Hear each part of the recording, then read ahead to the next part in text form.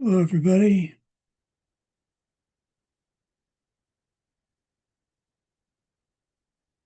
Can you hear me okay? And the sharing is okay?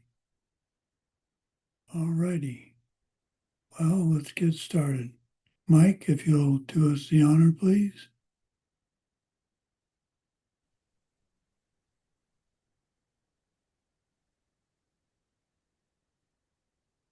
Tashi Puki Jokshing Metok Drum Rira Bling Shi Ninde Genpadi Sange Shingdu Mikte Uwargi Jokun Namdak Shingla Drupar Shok Idam Guru Ratnamandalakan Niryatayami.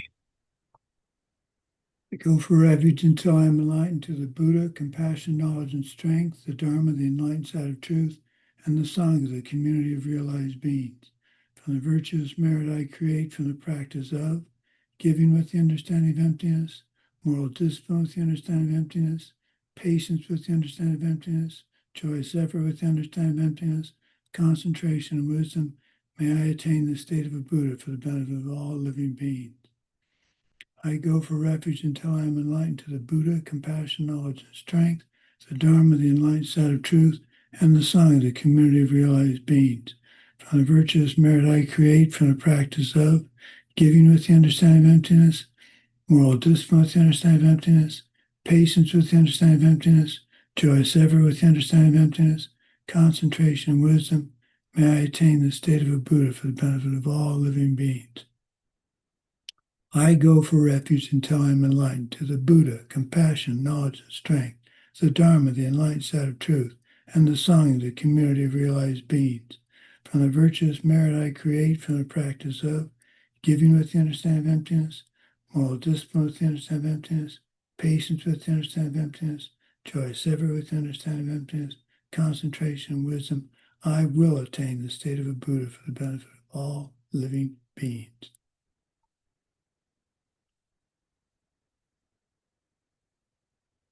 Okay, let's start with the rejoicing as usual. Everybody should be smiling because we're going to rejoice. Do I see some smiles? I see a few. Okay, Mike, you get to start. Good morning. I would like to rejoice about um I'm going to be traveling to Las Vegas today, and then I'm going to fly from Las Vegas to Kyoto. And I decided to go to Kyoto. Wow. Um, yeah.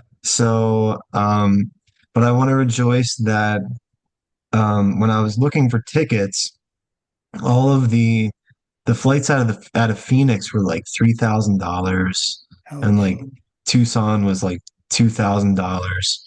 And I was at my friend's house in Vegas over Thanksgiving, and they were like, "Well, why don't you try flying out of Vegas? Usually they have flights and it's not too far." And I found a flight for $850 out of Well, get Vegas. out of here. Yeah. Get So, out of here. Wow. yes. Of course, that's So, flying in the toilet, but other than right, right. that. Right. But, it saves me. So driving 4 hours is going to save me like $2,000. And I get to see my friends. So I want to rejoice in that. And I also want to rejoice that the seeds to see that are like helping other people get to where they need to go and helping people find like deals and like tricks for like travel tricks and stuff. Hmm. So I rejoice in that because Very I've done good. Very good. That's a good tip, too. I'm going to have to think about that. That's a very good tip. I would never have, well, 4 hours at $2,000, 500 an hour. That's not bad wages.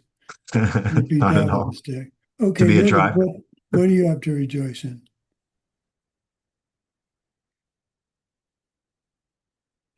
Hello, Holy Lama. Hello, everybody. I'm rejoicing for all people who is going to Kyoto, who are going to Kyoto. I was there last December, and I know it's a precious time. Also, I'm rejoicing that some good person asked us to share some money for Geshe Michael. It's like red envelope, and I donated some, and I'm rejoicing for that. Good. Very good. Oh, Mike, before I forget, you're still up to do the final questions on, even though you're going to be in Kyoto? I don't want to commit to that because Okay, I'll it's going to be take 2 a.m. I'll take you off the list. Okay, sorry. No, that's all right. I haven't finished the list yet. Okay, next is Katya. No, next is Daria. Good morning, Sumati. Good morning. I rejoice. I thought I could rejoice. I think I rejoice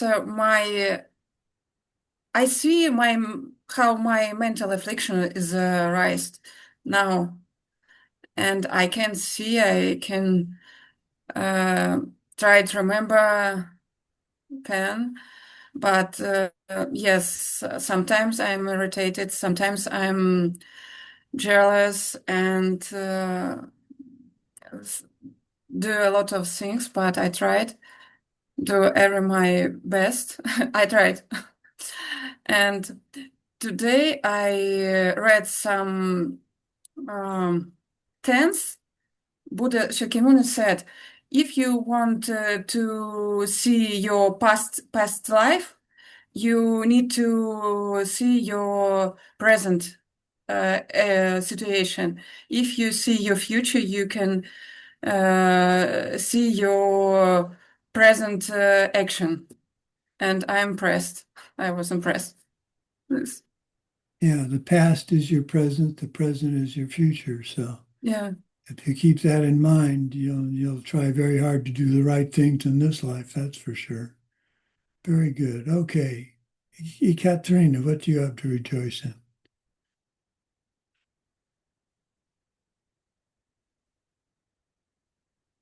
Katrina. Hello, dear Lama Sumati. Hello. Can you help me with translation then? Oh, Anna? I will translate. Я хочу порадоваться I тому, want to что rejoice сегодня на занятии that I am today here каким-то at приятным class, сюрпризом, которые я вижу в жизни. and I also see some pleasant surprises. Радуюсь, когда в школе удается I am glad when I can at school, хороший контакт иметь с детьми и then I can to have good contact with my students. я не знаю, как сказать. Когда я вижу, как When I хорошие see семена раскрываются. when my good seeds are opening. Вот. Радуюсь, So что I am с glad родителями более-менее здоровы, я общалась с that ними. my parents are pretty healthy and I can possibility to connect with them. And also I am glad that I have possibility to organize some fast fathers. And also I'm glad to see when people connect with each other in a good way. Thank you. Thank you. Well, that's setting the seeds for connection and communication for you in future lives and in this present and the future in this life too. So very good. Okay, Svetlana. Yeah, hello there, Venerable Sumati. Hello, everyone. Today I'd like to rejoice in three things, maybe. The first one we did today, I had experience of recording in a sound recording studio, recording a song with a professional vocal teacher and etc. It was so much fun. It's like preparation for New Year concert. And I dedicate that everyone can have experience where they can share that talent and bring joy to others.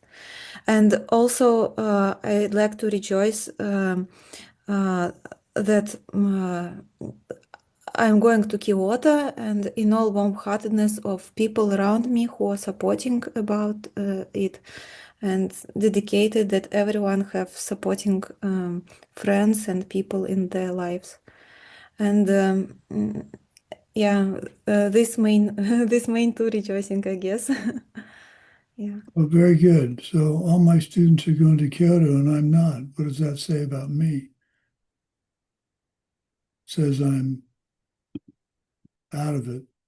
Well, it's not the first time I've been out of it. So, okay, what do I have to rejoice in? Well, I rejoice in all of your rejoicing. I rejoice that, what I came up with a new recipe, which my wife likes. So that's good. It's a sweet potato recipe. So that's very good.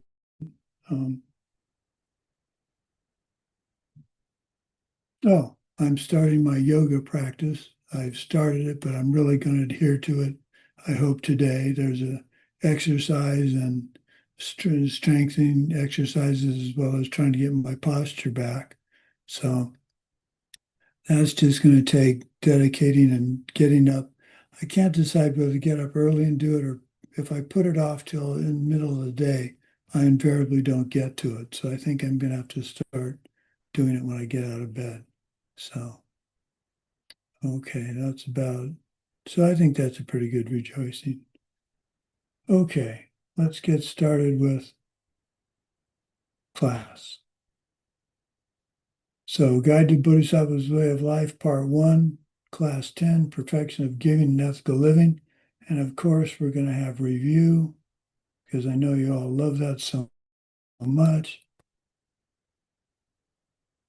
Does the perfection of giving depend on its external perfection? Why or why not? Okay, Svetlana, you're up.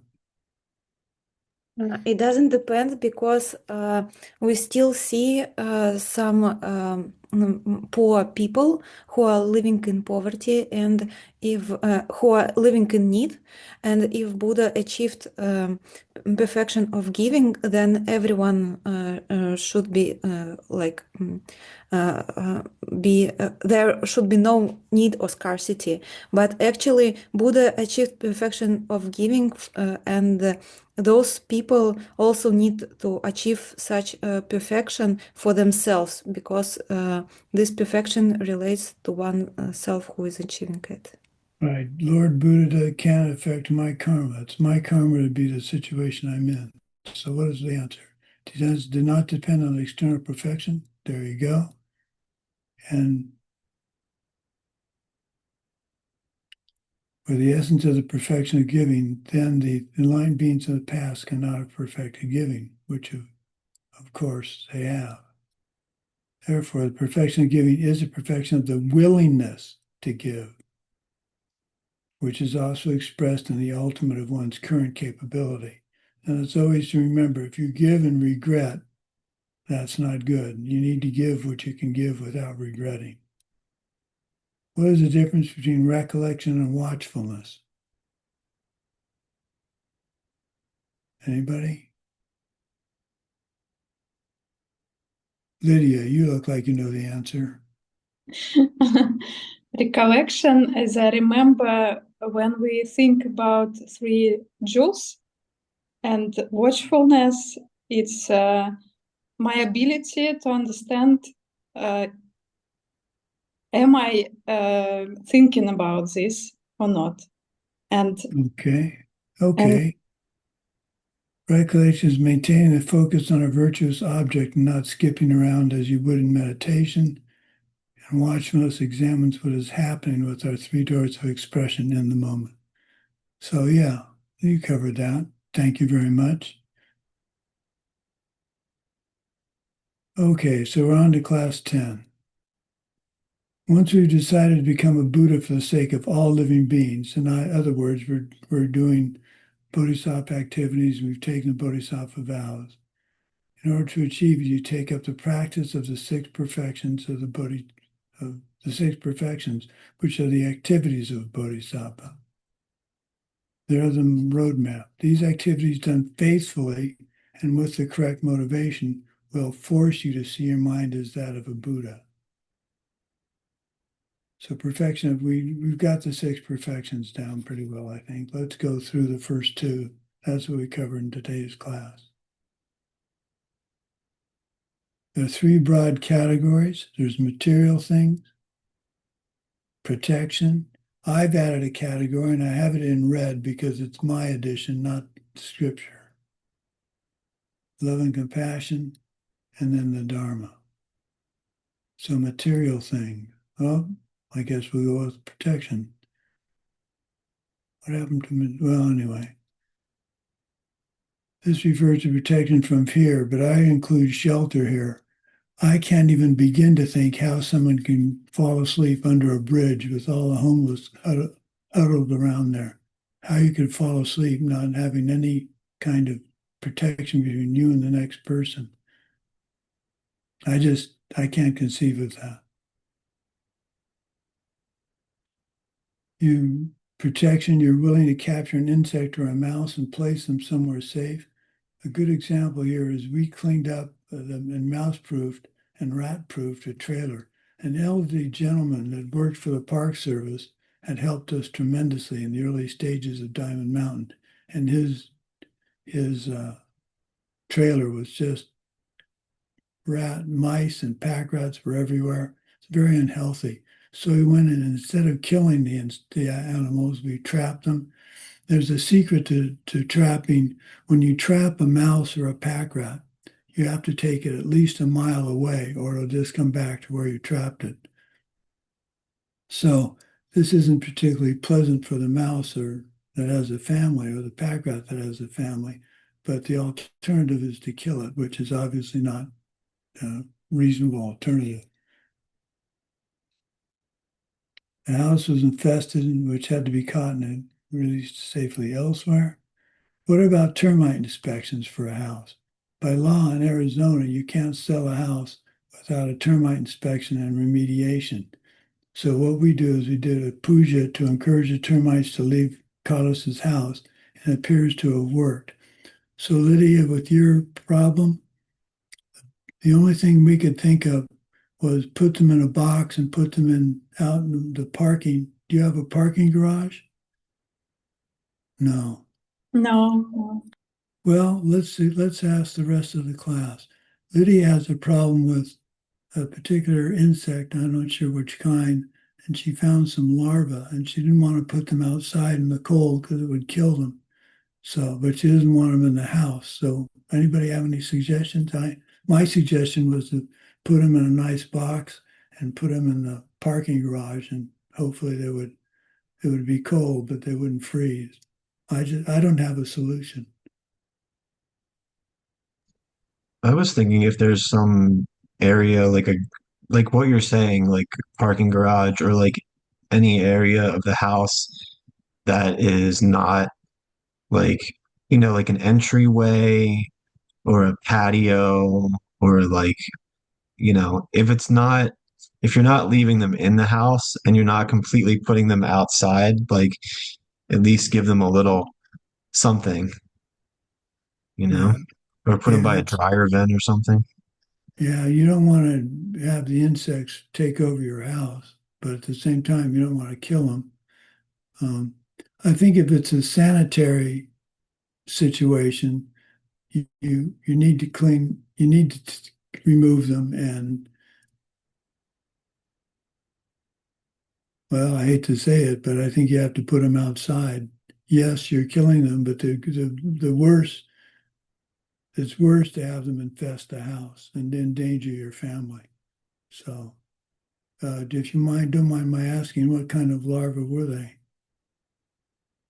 What insect was it? It's larva. Yeah, but they have to be a larva of some insect. Well, Mike, that was a good idea. Drive them to a park, but the park's going to be cold, freezing in Moscow. So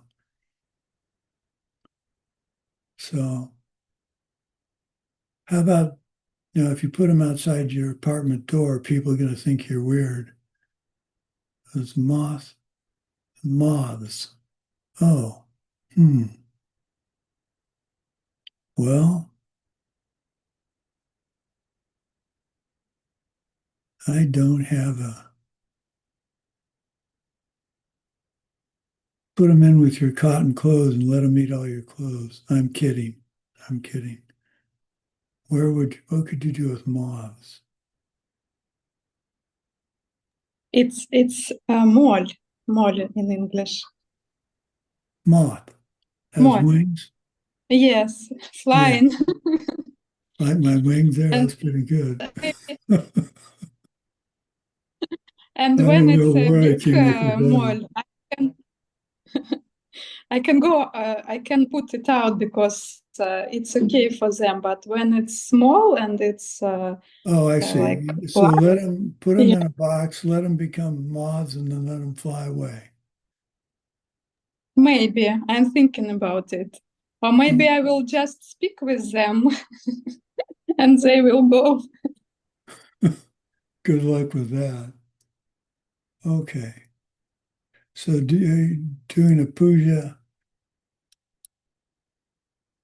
material things include clothing, food, money, shelter. As a bodhisattva, you've sworn to give beings anything they need. If they're not Dharma students, they don't know enough to want spiritual things, so you give material things. If they're Dharma students, money is always nice, but that's the simplest gift to give. It can be done rather impersonally. So it's nice if you can give material things, but you don't want to give them something that they don't need. So you have to be a little bit of a detective and find out if they're spiritual. If they're Dharma students, do they need a new mala? Do they need a picture, a book, something like that?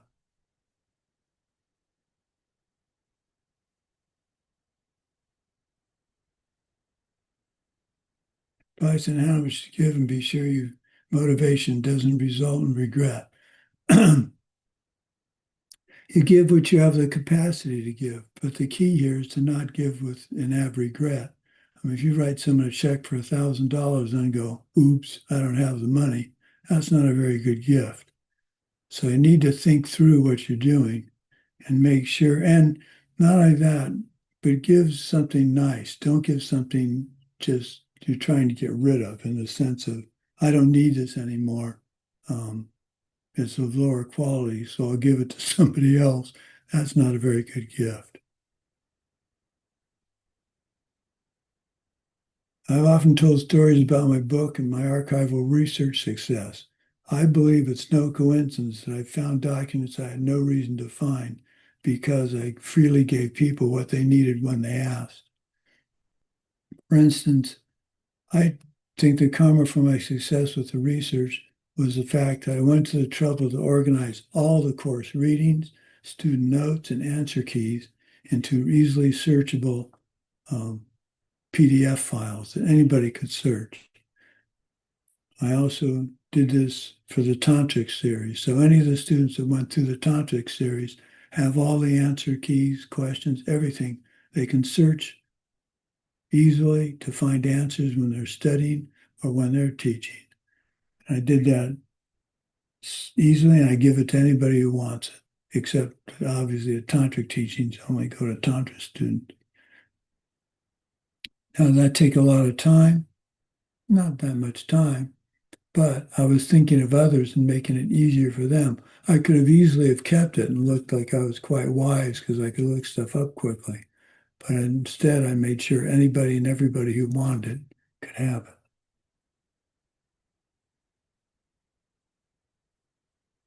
In both cases, there were powerful tools for studying and understanding the material. I gave them the powerful karmic objects, and without a moment's hesitation, I wrote the compendium of advices for the White Tara students. That took a long time and covers so many different aspects of the White Tara practice, which is in the process of being translated by Svetlana. And no pressure, but you have to have that done by June. Okay. because we're going to be doing the presentation to Vika's students, and I think that would be really sweet to have them have that in Russian.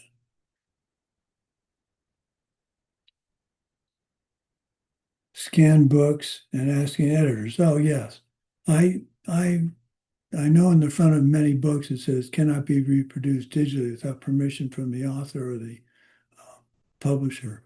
So what I did is I asked any book that I've scanned, I've asked the publisher for permission, the editor or the author for permission to scan it. And my condition that they agree to is the person has to have bought the book. So they paid for the book. The author's got their compensation. The publishing house has got their compensation. Then they can scan the book, but they can't give the scan to others unless somebody else has that book physically. So I have a lot of Dharma books, but I don't give them out unless I know the other person is satisfied to me that they own the book in question.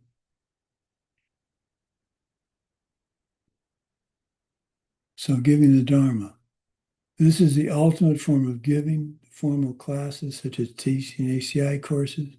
It's a very powerful part of the perfection of giving, and I encourage all of you to certainly look into doing so when you finish the courses. The whole point of the ACI courses, the entire point, was to make teachers, and secondarily, to have students be fully educated and have resources to go back when they teach or study. But at the end of the ACI courses, if you go and record singing in a studio, Svetlana, there's no reason you can't teach. And all of you should think about teaching. Now, do you have to teach the entire set of courses? If you want, well, you've been taught by a certified teacher, me. So you'd need to go through the certification process, but you'd have to have finished the course with the certificate. I'm not familiar with all the details of the certification process, but it's not that onerous. And it's really a lot of fun. And you can teach if you're not certified, it's just that your student won't be able to get credit in the ACI system. Now, if they're not interested in getting credit, and fire away, you can teach without being certified.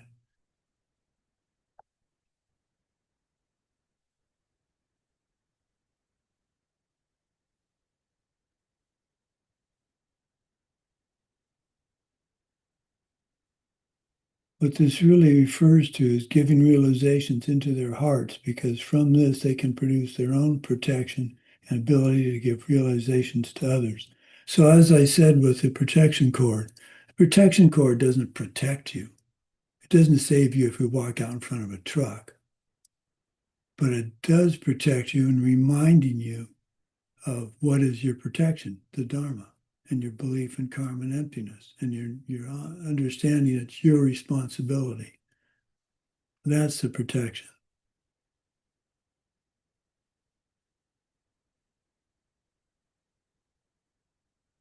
When you give the realizations of the Dharma that teaches them where all wealth and happiness comes from, i.e. not from work, not from investments, but from giving and the other perfections.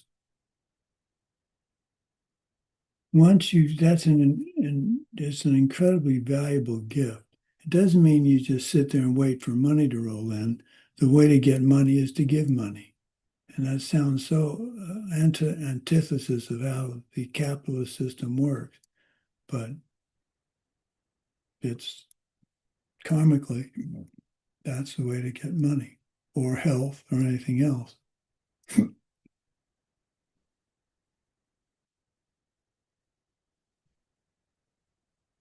Now, when I say all money comes from having given money and things away in the past, abundance would be a different way of looking at it.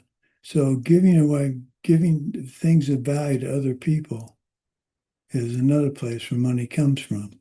So, for instance, the gentleman I want to give my very prized possession watch to, it's a valuable watch, and I'm giving to him, and he doesn't have to pay a cent for it. So that's another way I can assure I have abundance in my life, is by giving away things. If you have 6 copies of a Dharma book, give away 5 of them. Give away the compiled teachings and notes and stuff.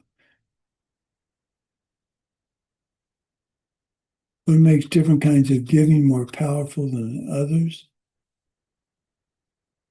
Giving in a stream, giving over and over again, just a small thing given continually increases the power of the gift. The dollar a day program we had at Diamond Mountain. My wife and I came up with this idea of people would give us permission, and they filled out a form to charge their credit card for $1 a day, $30 a month, or however much or little they wanted. And we raised the money to pay off the $1.25 million bill on the property. We raised that and finished that in the month we went into 3-year retreat. Some people gave 50 cents a day. Other people gave $10, $15 a day. I guess it was $10 a day was the most, $300. And we had them sign the piece of paper, and several people said, why you do that? It's an unnecessary waste of time. Well, a little while into the program, I got a email from a lawyer for a lady who had a big pharmaceutical company in Singapore. And he wrote and said, why are you charging this lady this $5 or whatever it was a day for $1 a day? You don't have her permission. And I faxed him a couple. This is back when they still had fax machines. I faxed him a copy of her signed agreement, and he wrote back and said, okay. But if I hadn't had that, I could have been charged with fraud. So you have to keep all of that in mind. But $1 a day, we did $1 a day for, how long was it? When did I start $1 a day? Probably 2004 or 2005. At one point, we were bringing in about $9,000 a month in $1 a day donations. And we paid off the loan quickly. We paid forward on it. And it was really very sweet to get that paid off by the. Now, I do have to mention that we had 1, 2, 3 students that helped assume a loan that was going to be a balloon payment.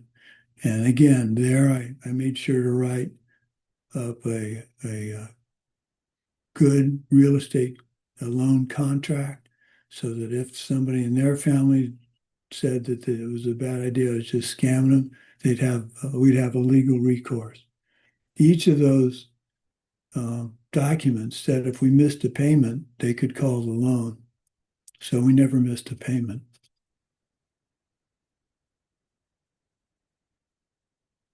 Giving with very strong feelings. If at the moment you give, you feel deep compassion or intense devotion and great sincerity, that increases the power of the gift.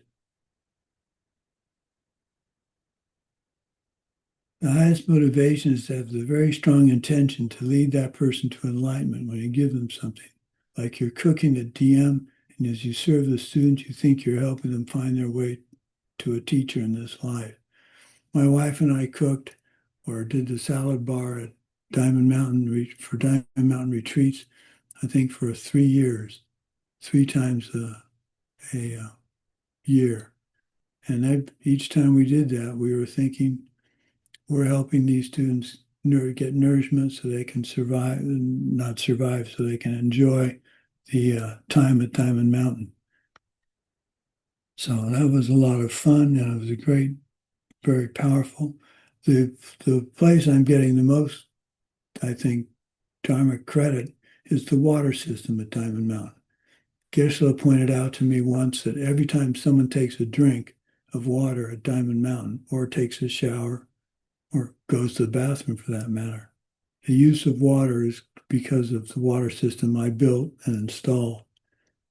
So down the road, many years from now, I'm still going to be getting that credit. Now, the question, karmic credit, the only question I have is when I die, does that credit follow me? You know, my karma follows me, so it should follow me. So that will help.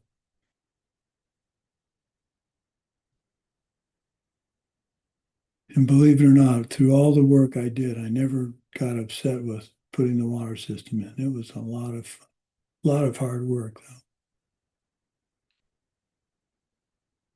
Lord Buddha's first disciples were the tiger cubs and starving tigers in a former life, where he gave his body to save her as she is too weak to even eat him. So he cut his arm to make it bleed and let her put her muzzle to it so she could survive. All the time he was praying that they should someday become his disciples, so he could help them become fully enlightened. You don't have much to offer your teacher, the temple, or the organization if you give them with deep feeling of great devotion, aspiration. The power can be great even if the particular item is small. But be careful not to cheap out and just give what's convenient. Also, if you designate something as an offering, that's an offering. You have to offer it. You can't say, well, on second thought, I think I'll keep it. You have to offer it.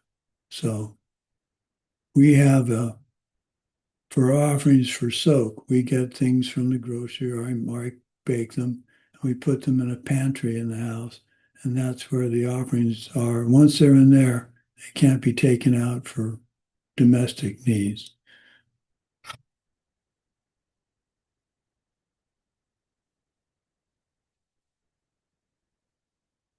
The act of giving is an antidote for the three poisons in your mind. For example, give away something you realize you've become greatly attached to. So you decide to give it away expressly for the purpose of antidote to attachment. So that's what I really should do with that watch. I'm going to have to contact, I don't even remember his name now. Ed Smith. I'm going to have to contact him and see if he still would be interested in the watch. Another hard but powerful one is if you have jealousy towards someone, to help overcome that jealousy, you consciously praise them. That has to be sincere, but that's a good one too.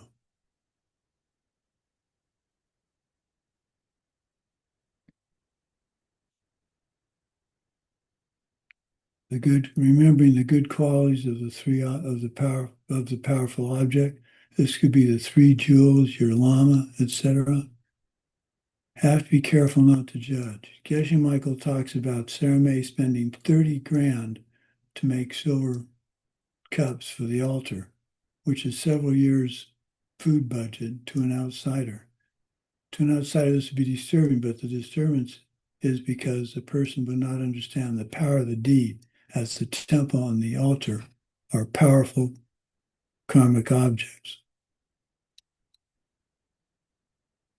Geshe Michael frequently mentions about selling his car so he could afford to get a high-quality diamond and hide it in the altar after seeing emptiness directly. Motivation in each case was totally pure and powerful. Your motivation for giving shouldn't be, hey, everybody, look at me, see what I'm donating? My wife and I prefer to make donations anonymously to virtually everything we donate to, because it isn't about us, it's about the object we gave the money to, or whatever it was we gave them.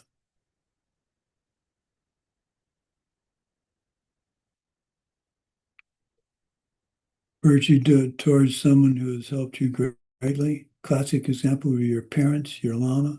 Parents, no matter whether you get along with them or not, provide you with the safety and shelter necessary to get where you are today. Now, I'm fortunate I grew up in a relatively loving family, as did my wife. Now, if you grew up in a not-so-loving family, this is a hard one. It's a very hard one, but the bottom line remains, your parents gave you the life that you have now, so they are powerful karmic objects, and you should try and do things positively toward them. virtue done towards a being in great need, giving to the homeless. I volunteered for something called the Habitat for Humanity here in the United States. That's where you volunteer to help build homes for people that qualify. And that was a lot of fun. And I met some really nice people. I learned quite a bit about construction. I also had the joy of hitting my thumb with a hammer, full stroke. If you haven't done that, one, don't. It's a really dumb idea, but boy, did that hurt. And I was up in the rafters, the trusses. I was like I didn't fall off. That really hurt. I mean, it really hurt. Once I started having to take blood thinners, they wouldn't let me volunteer anymore because they didn't want me to cut myself or bang my head. That's the thing that my doctors are most worried about, is not cutting myself. That can always be stitched up. But if I hit my head and bleed inside my head, that's a good way I'm going to die. So I have to stay off of ladders.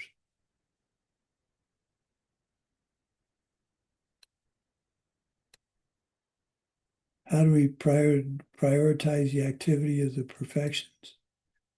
Within a perfection, I try to do the most difficult one first. Between two different perfections, you choose the higher perfection first and then do the second one. The same question can arise as to which vow to keep if they appear in conflict. Right now, I can't think of a conflict between vows that I can talk about openly. In any case, be careful because your mind will trick you into seeing that there's a conflict when really you just don't want to do one of them.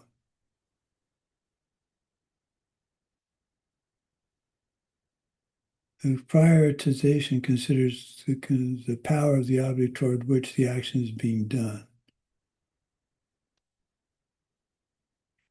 Does this mean you never give anything to lower objects? Do you only give to lamas and the Dharma centers? No, because since I don't know if the homeless person is actually a Buddha emanating to me, I would be remiss in treating them as a lower object. I try very hard not to think of lower or upper. If I see a homeless person and we can donate to them, we do. I really think I can say, here's a person in need and give them some money. I went into, I don't know if I told you this story, I was going into a Circle K, a convenience store, and there was a guy outside that looked pretty hungry. So I went in and bought him a sandwich and took it outside. And he looked at it and said, I don't want a sandwich, I want money. So I gave him a couple of dollars, took the sandwich and ate it myself. But if you're going to donate or give something to somebody, you have to think, observe what's going on. The other thing to do, my wife did often when we had an organic garden, was instead of donating money, she would hand them a bag with fresh vegetables in it. And that way it was supporting them directly with something to eat instead of money that they might buy something else with. But if you give money to a homeless person, you can't think to yourself or tell them, don't buy any alcohol, don't buy any drugs. That's implying in your mind that that's what they're going to do with it. I just try and think very hard that I'm giving them money to help them survive. And it's up to them how they're going to spend it.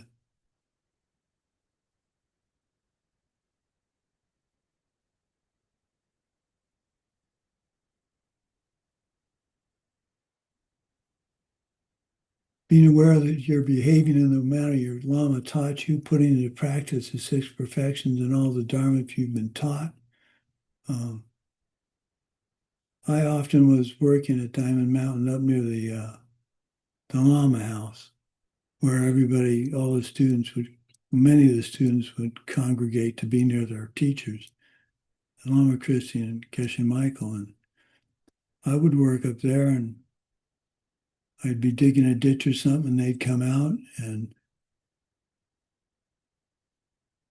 I would just offer what I was doing to them. I was doing what I was taught to do. For instance, I did have a vow where I should make prostrations to them when I saw them, and so I do that. I have some advice. If for those of you that have been to Diamond Mountain and have been up the hill to the Lama house, don't do prostrations facing downhill.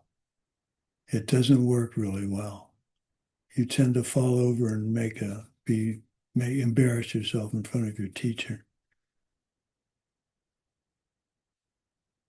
Know that developing that habit will serve you well when your Lama observes your actions. So anything you do, if you have a question, would my teacher appreciate what I'm doing as part of my practice, or would he not look well on it? That should help you decide your actions. Offering your practice to me is the most powerful gift you can give until you understand emptiness to the point where you can teach it very well. Money, tankas, gifts, that's all wonderful. Don't get me wrong. But the highest thing I think, is to give your practice, because that indicates that what they've taught you has come home and you're actually following it.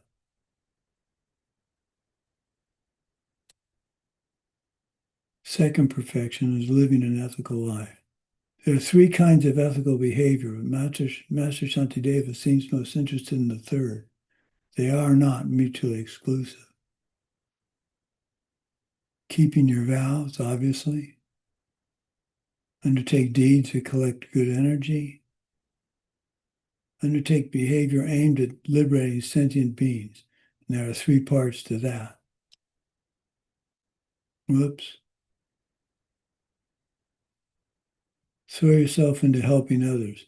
There are a wide range of Bodhisattva activities that Master Shantideva describes, some of which seem to contradict the ordained vows. You might even look inappropriate to lay people to do. So I have to be careful.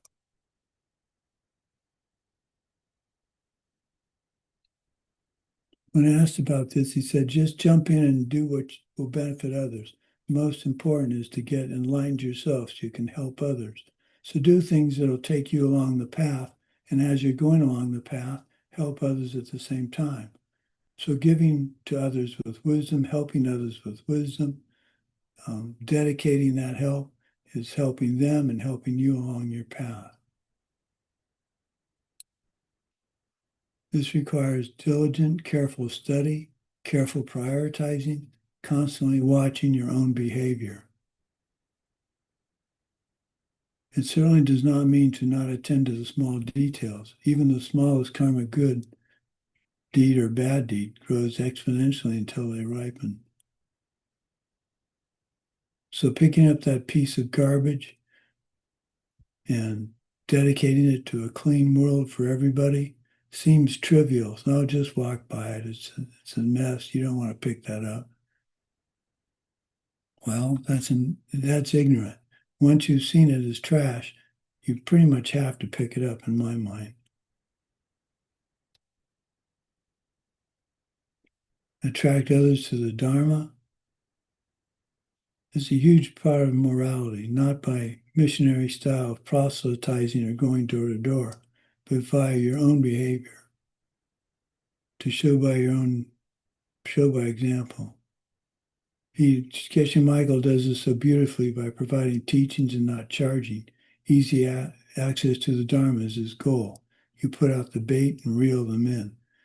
He had one of his students early on, very early on, at the Diamond, one of his employees at the Diamond Company was later became a nun, Annie Pelma. And she one day was at the Diamond Company, and she one day went up to him and said, whatever you've got, I want some of it. Because he was a fully ordained monk at the time. And she became ordained and led a very successful career.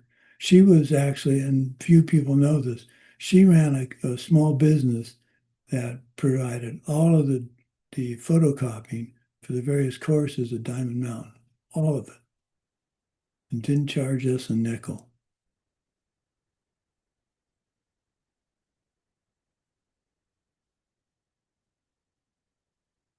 Use material things, make it easy for them to get teachings by providing as much support as you can.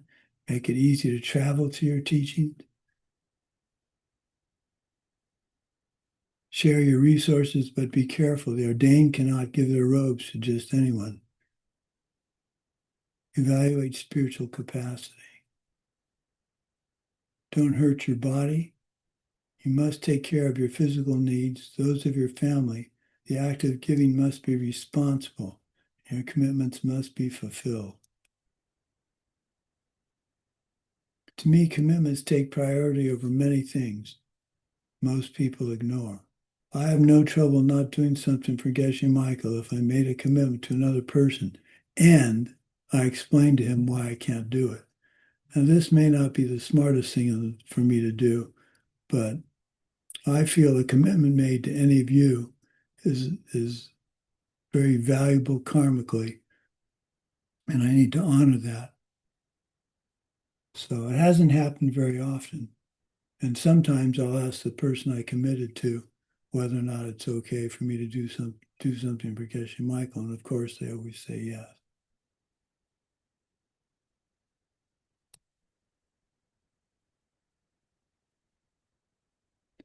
So, for instance, I had blood drives I organized. I have missed out on some really great teachings, but it's possible that Geshe Michael was pleased that I kept my commitment. And I was helping collect blood that was going to help many, many people. So you just have to put it in perspective and be mature about it. Be careful, check your motivation, and it will all work out.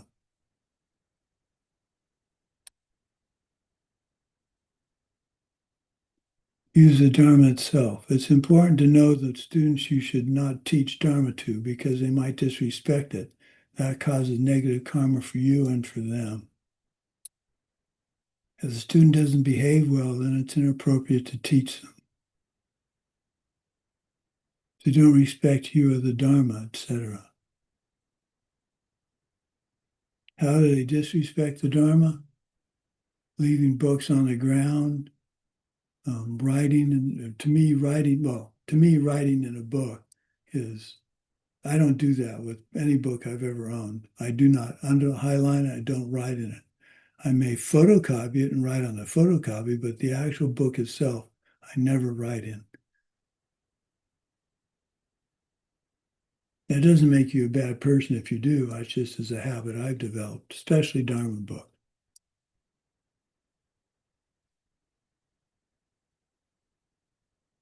If they don't behave properly in class, you can read about that in the reading for this particular class.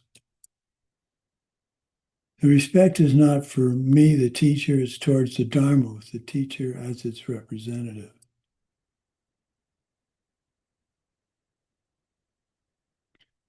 As teachers, we need to be aware of the level of the student. We have a responsibility as Bodhisattvas to teach the Dharma carefully, noting the student's level of intellectual capacity and spiritual level and teaching accordingly. You haven't had the fun, if you're not a teacher, of starting to teach in a Dharma class and look out into the audience and have them look back at you with a blank stare. That's an uncomfortable feeling. That actually happened at the second teaching of the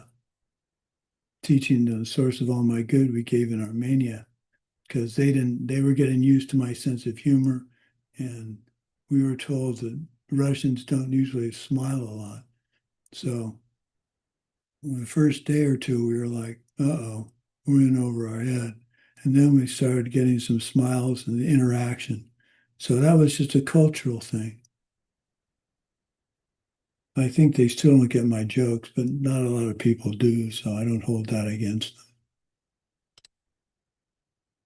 My jokes are self-existently funny and they should be laughing at them, but it's inappropriate to teach Tantra to those unprepared. Now, speaking of Tantra, until you have no idea how much Tantra you're getting in the ACI courses until you take the Tantra courses, then you will see it. So don't kid yourself. You're getting exposed to a lot of Tantra. It's interwoven into the teachings we give. Now, is it the highest Tantra revealing stuff? No, but it's still Tantra.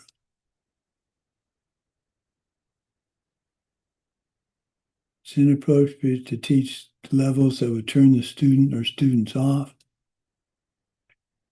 Inappropriate to teach to simply not challenge the student. As Bodhisattva, you must be concerned with the example you set for Buddhism to others who know and see you. Your behavior must inspire others to admiration and in faith in the Dharma. Your behavior should not cause people to lose faith in the Dharma. There are rules for behavior to protect one's own lifestyle, etc. How your behavior would affect others' minds. Master Shantideva mentions particularly don't spit, blow nose on street, or look sloppy. Those are interesting. Spit, well, I don't spit. Blow nose in the street, I don't blow nose in my street. Look sloppy, well, my idea of clothing and other people's idea of clothing may be two different things, but I'm warm. Adequate for your culture. Be polite, pleasing manners, sensitive to others' needs. And you need to be sensitive in a culture. I think I was told by one of the Russian students that wearing shorts was a bad thing for a teacher to do in Armenia. I have no idea, so I took that and I just didn't wear shorts. But there are cultural differences that you need to be aware of when you go teach in other countries. I think there are things, well, doing this in Australia is the same as doing that. I didn't know it. I was in high school in Australia and I beckoned like that to a young lady and she got very offended. So you have to be very careful when you're teaching in another country.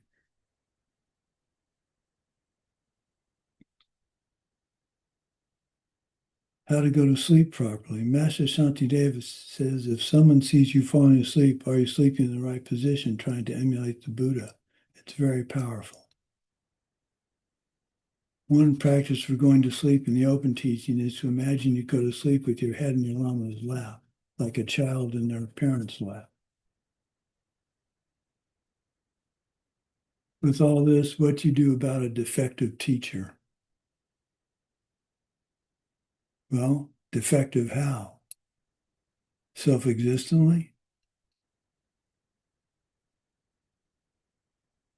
It is your karma ripening to see this defect. So just as you go to sleep thinking lovely thoughts about the not defective teacher, go to sleep thinking about how your defective teacher will become a lovely, wonderful teacher. That's more powerful than dismissing them. You need to always remember, don't dismiss the teaching for the messenger. If you have a really poor teacher, stop going to his or her classes would be one solution, but is that karmically the smart solution? Is that going to make the defective teacher go away? No. What you need to do to have your defective teacher change is to make sure that when you do something, you do it to the best of your capability and dedicate it. That's what will change a teacher. If you try and teach somebody, make sure you teach something as simple as how to cement PVC pipe together. If you do that thoroughly and carefully and dedicated, that's what will take care of defective teachers.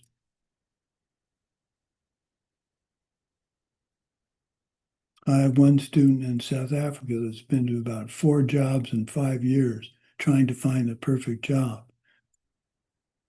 Changing jobs because you don't like your boss is not the way to take care of having a bad boss. And she's proven that to herself time and time again. Whoops. That was rather abrupt. Well, that's the end of class for today. Okay, So that's the end of course 10, class 10, course 10. I have an assignment for the people that want to answer, take on the exam, final exam, and I have Mike written down, but he's not going to be available. So I have Vilda, who's not here today. Svetlana, if you'll send her the questions. Yeah, she wrote that she's sick or something Okay. like this. Okay, so Lydia, you're still on for doing it, right? Vilda, Lydia, Daria, you're still good. Svetlana, you're still good. And I Mike? don't, No? I don't know. I also about 2 a.m. I'm confused. I want, but I'm confused. Yeah, no, I don't want you getting up that early, nor Mike. So okay, we'll have 3, and I'll join in on the fun. Okay. Okay. Well, you guys have a grand time in Kyoto, and I'm really pleased you're going. That's very, very, very powerful. Really powerful. But when you're there, dedicate all the things you do to Geshe Michael's teaching and long life. And that's how you're going to receive more teachings from him, more teachings from anybody. Now, there's one thing you've got to do if you have spare time. When I was in Kyoto as a 15-year-old back in 1968, my dad and my brother went to the top of the Kyoto Tower. It's a television tower. You can go to the top. So if you have a chance, go to the top of the Kyoto Tower if it doesn't cost too much. And remember that I stood there as a 15-year-old, 40, oh my God, almost 55 years ago. Oh, I don't even want to go there. I don't even know if they still have the tower. One thing that impressed me about the tower, though, at the base of the tower, they had these display cases and they had plastic food that was very realistic looking like what they served. Very realistic. And this is back in 1968. So what else did we do in Kyoto? That was about it. So if you go to the tower, take a selfie of you at the tower and send it to me. I think that'd be fun. And if you can't make it, it's no big deal. But try really hard. Okay, let's dedicate. Where's my dedication list?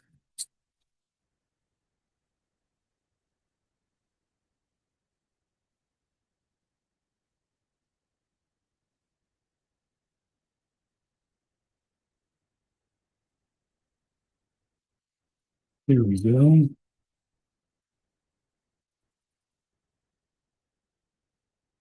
As long as space remains, as long as sentient beings remain, until then may I too remain to dispel the miseries of the world. O Gurus, Buddhas, Bodhisattvas, please listen to what I now say. Just as all the previous Sugatas generated the mind of enlightenment practice in accordance with Bodhisattva precepts, so shall I too, in order to benefit all that lives, give birth to bodhicitta and follow its precepts. May the source of benefit and goodness, the Dharma, spread and expand. May the beings upholding the Dharma have excellent health. May the source of happiness and well-being for all embodied beings, the Dharma taught by the Buddhas, always increase. Thank you for this chance to teach you the Course 10. We look forward to starting Course 11 in January. And have a Merry Christmas and a Happy New Year. And I'll see Lydia. I think I'll see you in Mexico, correct? I hope in Armenia next Oh, summer. that's right. Armenia. I forgot. Armenia. Yeah. Well, we'll hope that you can do that. Okay. Miss you guys already. Well, I'll see most of you I'll see some of you on Thursday. Few of you on Thursday. Well, the rest of you have a lot of fun in Tokyo and in Kyoto and climb the tower. Okay. Bye-bye. Thank you, Holy Lama. Thank you so much. Please stay. Please stay. Keep teaching us. Well, that's my plan. Okay. Bye-bye. Thank you.